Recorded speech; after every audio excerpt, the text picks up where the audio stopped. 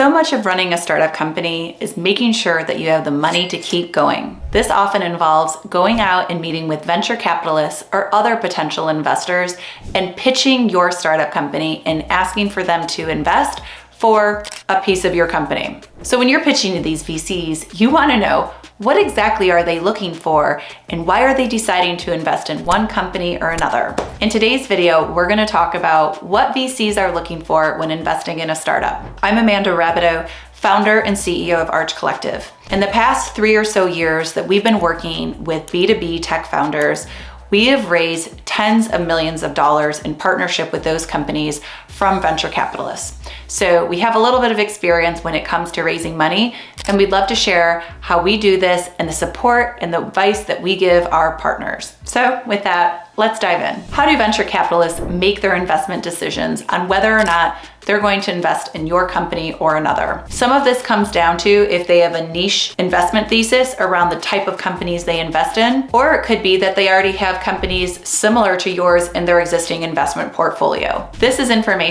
that you can find out by doing a little bit of research, often right there on the VC's website. However, regardless of the industry, there are several common factors around how VCs look to invest in startup companies. The first one of these is a definable competitive edge in your market, or what I often call a moat. Why do we call it a moat? Well, think about it. If you have the old proverbial castle and a moat of water surrounding it, there is protection, or it makes it harder for the enemy to come over and attack. Same thing with the competition.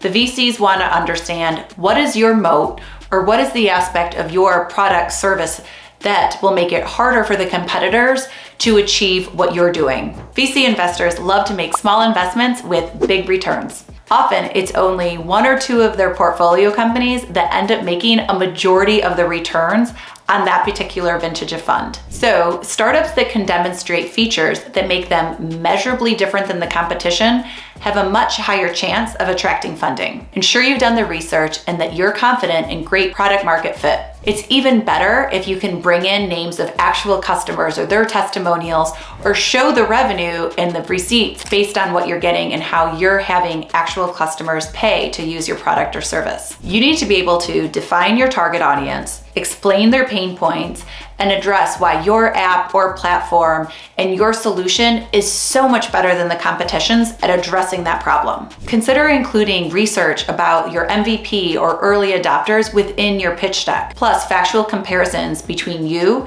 and the competition on the market will help bring to light how you're actually different. And if you have a physical product or even software where you can show screenshots, show how yours differs from the competition and explain why these changes are meaningful. Yes, I know I'm in marketing, but I promise you, you can't overestimate the importance of marketing when you're an early stage tech startup company. VC investors will want to know your growth strategy, but also your messaging and your branding are an important part of that as well. Just think, when you're sitting across from the VC, you are actually putting your brand and your messaging out there for them to understand. It could be that you don't have the right story, or that the pain points and the way you're talking about addressing them with your solution isn't resonating with your target audience. That target audience at the moment is the VC themselves. Make sure that your pitch deck is conscientiously and consistently branded, and it matches all of your online branding materials as well. VC investment companies absolutely will do their research,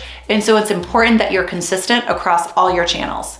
So use rejection from VCs as an opportunity to refine or reshape or work through your messaging. And if you need help with this, Arch Collective has a messaging course that will support you in the process, or we can help you put together your brand messaging within just a few weeks. Your business plan must also include numbers and financials. Important things to include in that pitch would be your revenue targets, as well as your burn rate, or how you're spending the money that is coming in. Planning out your milestones starts with where you are now and where you plan to be, and not just way down the road, but where you're going to be next month, next quarter, and next year. And this is where having those client acquisition numbers is super, super helpful. Again, marketing can often be overlooked, but understanding how much you need to spend and in what channels in order to acquire a new paying customer, if you can share that with your VC, trust me when I say they will be thrilled. Back this all up with current growth statistics,